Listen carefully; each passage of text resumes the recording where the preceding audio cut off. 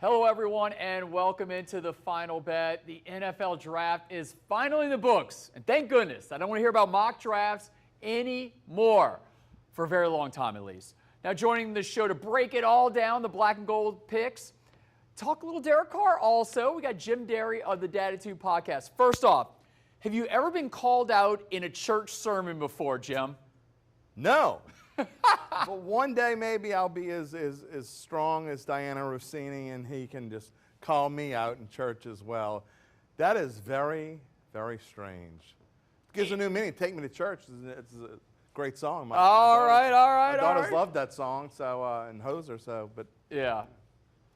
You know what? As bizarre as Derek Carr's story has been, I thought it was right on par for him to call people out in a church sermon.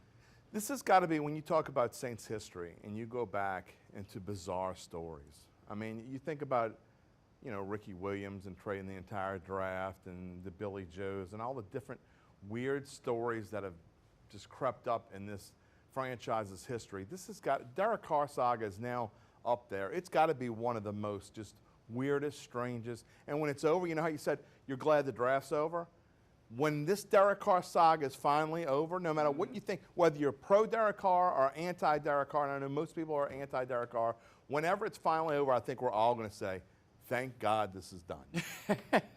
I'm with you on that. But you know what? It's good for shows like you and I's show to get this going. Yes. All right, let's get to the opening line. What is going on with Derek Carr? We're going to talk a lot about them.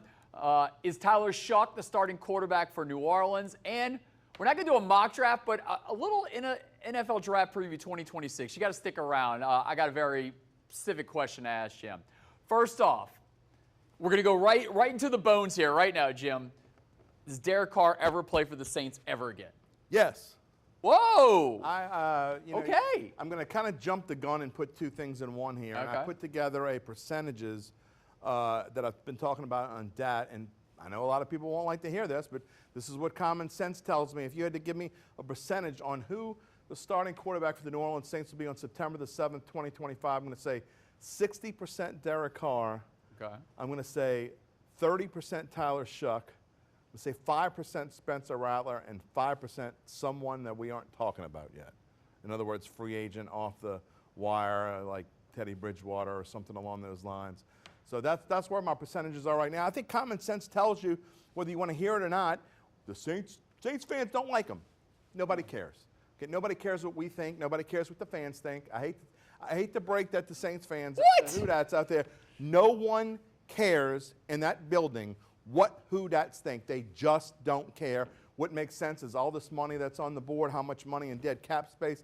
If they can find a way to work it out, they're going to work it out. And I think they're going to find a way to work it out. I think there's been a lot of back and forth, and maybe we'll find out one day what really happened. Maybe we won't find out, but I just think it makes too much sense. I think they're going to mend their fences, and if number 4 is in the building, number 4 is going to start. So do we believe that the shoulder injury is a real thing, or is he hurt? Or Define real thing. I mean, okay, so he has an MRI. I think there's no chance that he's to the point where he needs. Now, how would I know? It's the same thing. I'm speculating like everyone else is. Yes. And anything anyone is saying, by the way, is pure speculation, because I don't think anyone really knows besides maybe Derek Carr, his wife, and maybe David Carr. I don't even think the Saints probably don't even know the real answer, which is another problem which we could take a whole show to talk about. However, that being said, it just doesn't make any sense that his shoulder's to the point where he might need surgery. You're talking about we were talking on this show, as a matter of fact. He wanted to come back towards the end of last year when it made no sense whatsoever for him to come back. The Saints weren't in any contention for anything, and Derek Carr was trying to fight his way back in the lineup. I know you remember that. Yeah. So that tells me that there's no way that this shoulder injury is that bad to where he could potentially have a season-ending surgery before training camp even begins. It just doesn't make sense to me. All right. You've been around for a little while, Jim. I have too, but I don't remember these days as well. But you definitely know the historical accounts. Is Derek Carr the most disliked Saint since maybe Russell Erxlaven? Is he one of the most disliked Saints of all time? Man, you're going way back. I had to go back. I had to talk to people in the newsroom. I was a kid back when Russell Erxlaven days. Aaron Brooks could be He in might that be. mix. Yeah. No, because Aaron Brooks, there were enough people who liked Aaron Brooks, or at least enough people who were nonchalant about Aaron Brooks. There's no nonchalant about Derek Carr. I think there are people that are either, I don't even think there are people that like really like Derek Carr. I think there are people that I'm okay if he starts. I think he gives us the best chance to win, or they just flat out hate him. There is really not a whole lot in between. At least that's what I've gone through on my podcast and listening to these people every single day over and over again. We get new commenters every day, but most of them don't like him. So that's a very good question. He very well may be the most disliked Saint in the history. I mean, I'd have to think about that. Maybe that's an entire show that you could come on and do. On the podcast. Hey, I can't think of many more. He's in the top 3 or 4 for sure. Rob Masson, who Scott, maybe? is a little older than you and I in our newsroom, he actually went to a game one time, and he told me, he recounted the story, that Russell Erxleben messed up massively in one game, and Masson said he was screaming his name after the game. Season opener. He was like, Erxleben! Season opener, 1979 against the hated Atlanta Falcons. The Saints went into overtime against the Atlanta Falcons, and he botched a punt snap that turned into a touchdown for the Falcons in the last second, and that's how the 79 season started. The Saints would go on to finish 8-8 and miss the playoffs by that much. So actually, in theory, even though that was the first game of the season, that play could have been the first playoff game ever for the New Orleans Saints. They would have had their first winning season ever. But no. So Tyler Erxleben, but that was the Saints' fault for drafting a kicker/punter in the first round of the NFL draft. So. All right, enough Erxleben and Derek Carr. Let's get to the draft a little now. First off, do you like the pick of Tyler Shough? I'm going to be succinct. No. Okay. I just don't. Look, I'm going to say this, though, and this is how I've been explaining it, and Zach Ewing has talked about it, Jeff Duncan's talked about it for us at NOLA.com. And one thing is, look, if this is who Kellen Moore wanted as his quarterback, and this is who the Saints organization scouted and think is the best quarterback for their organization, I'm okay with it. It's not who I personally would have chosen there.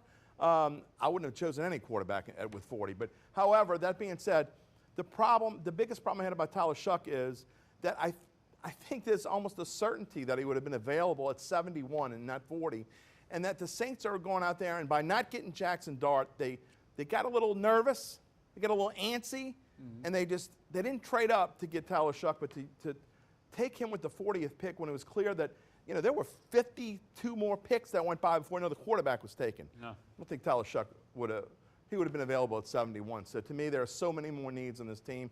You still could have got Tyler Shough at 71. I wouldn't have nearly the problem that I have with it now. And you're talking about a dude that's going to be 26 years old on opening day or right after opening day. That's what I have.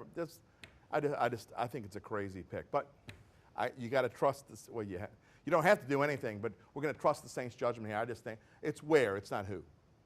Well, and have a problem with. Maybe with Tyler Shough that he's going to be 26 when the season starts.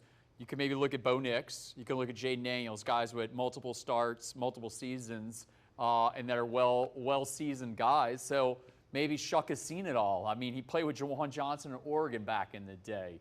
Or you're not buying any of that he's mature beyond his years. He's already married, all those kind of things. You know what he's seen a lot of, Garland? Okay. The bench. Okay. He's been in college for 7 years, and he started one of those years. Now, I get a couple of those years he had injury problems, and that's what led to him not starting. But he's seen a whole lot of the bench. And so you're talking about a guy who's been in college for 7 years, and conversely, a guy who was born in 1999 and started, 13 games in college or 14 games in college.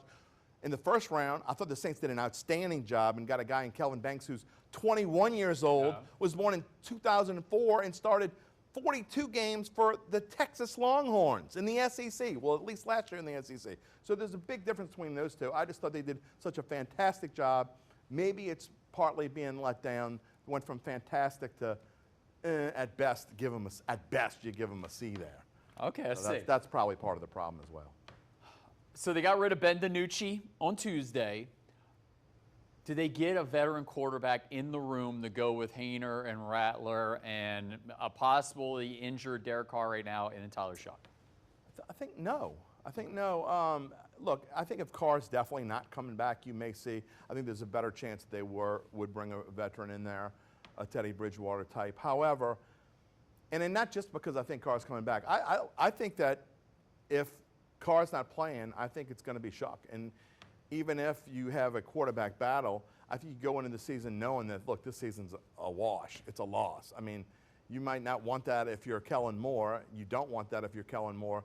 But I think you're probably going to go in the season. If you draft a quarterback at 40, that means you're willing to probably go into a season with him as your starting quarterback, in my opinion. So I think it's going to be Shough, or at the bare minimum, a Shough Rattler competition, and you stick with Haener as number 3. But so I think the answer is no. Wouldn't surprise me. But again, all this is predicated upon what happens with Derek Carr, and we should find that out in the next few weeks.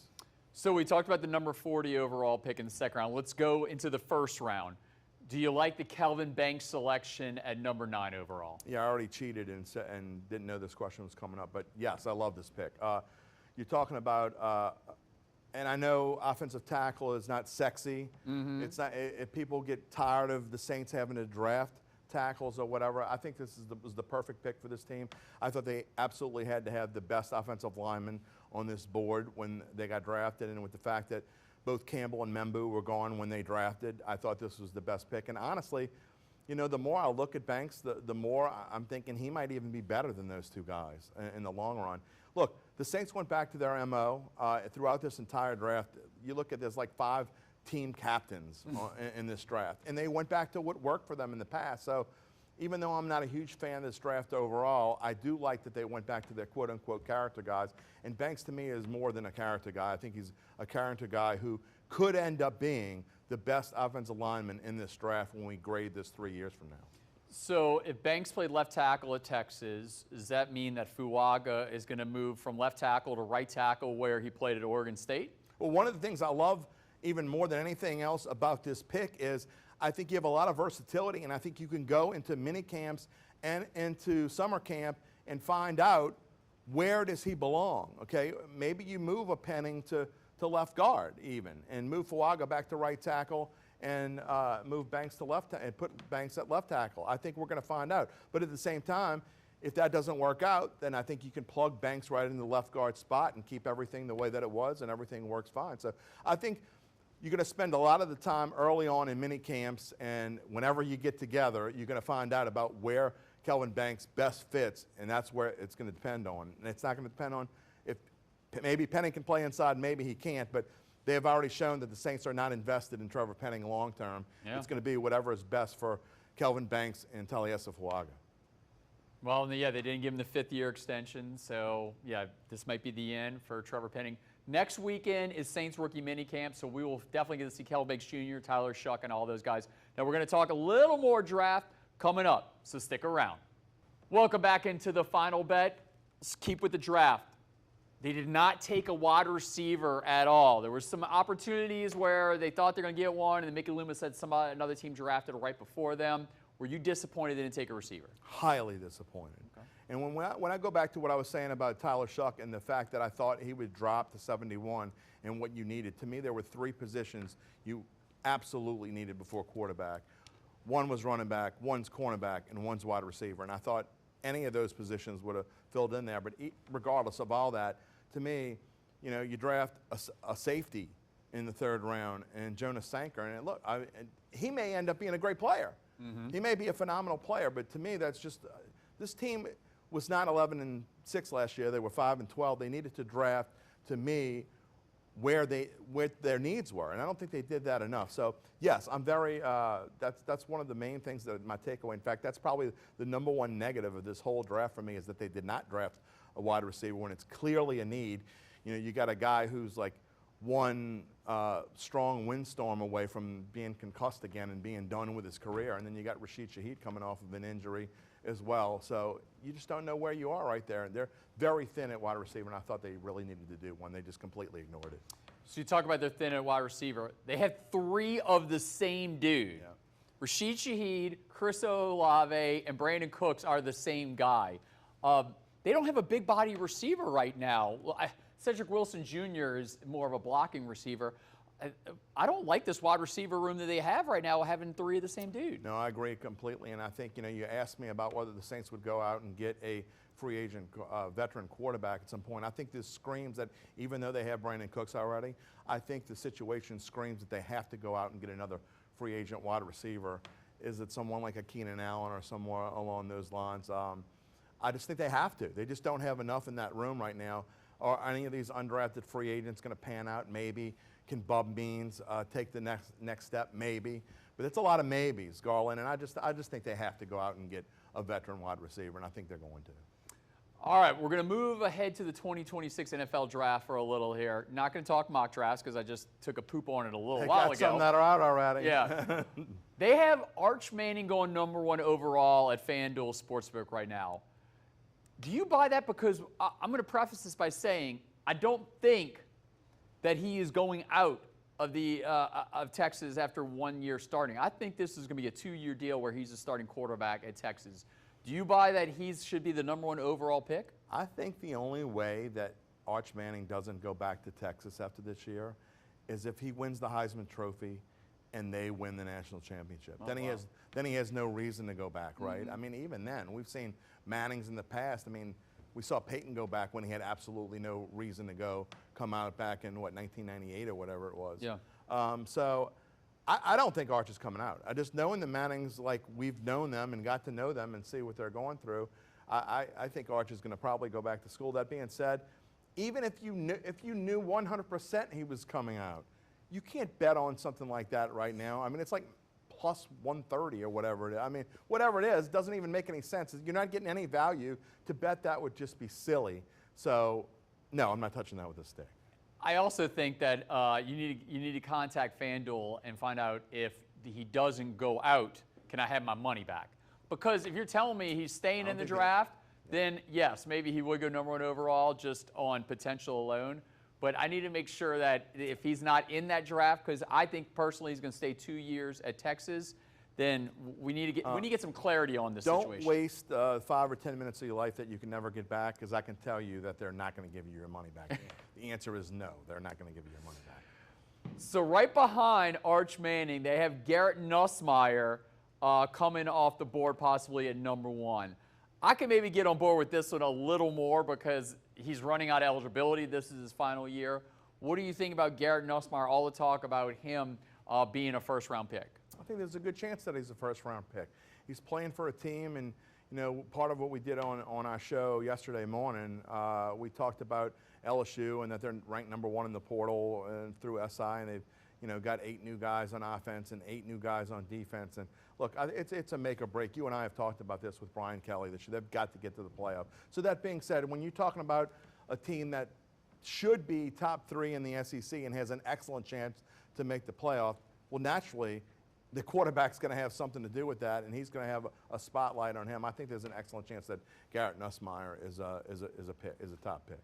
We got 1 minute Not left. the top pick, by the way. Not the top pick. Okay. First round pick. I got 1 minute left. I posted this on Garland the Avenue the other day. I want your thoughts on. I know we talked about it before, but I want to just crystallize it. I think it's totally insane that LSU's over on a win total is 8.5. Yeah. Some guys came at me on X and told me that I was a homer and that kind of foolishness. I'm here to make people money. I'm not here because I'm a fan. What do you think? 6.5 is? 8.5. I think they're going over. 100% agree with you. Yeah. I think that's an easy one. Again, you're talking about a coach. I don't think he's going to get fired if they don't make the playoffs, but I think that he knows that he's putting a lot of pressure on himself to get to the playoffs as well. Would 9 wins be enough to make the playoffs? Maybe, maybe not. But I think 9 is the floor for this team. Yes. Even though their schedule is a bit tougher and they have to go on the road and do some things that they didn't have to do last year, I just think this team is going to be so much better. I think that's almost as good a bargain as you can get Saints over 5.5 right now. I think that's a major bargain, by the way. We didn't even bring it up, but okay, 5.5. it's not going to go any lower. The reason why I say that's a bargain, LSU may go up. Okay. Yeah. I don't think Saints is not going down. So I actually think Saints over 5.5 is a good bet. Betting over-unders in May. You got to like that. Only a few of them. All right. Jim Derry, Datitude Podcast. Check it out. It's got Matt Moscona on this week.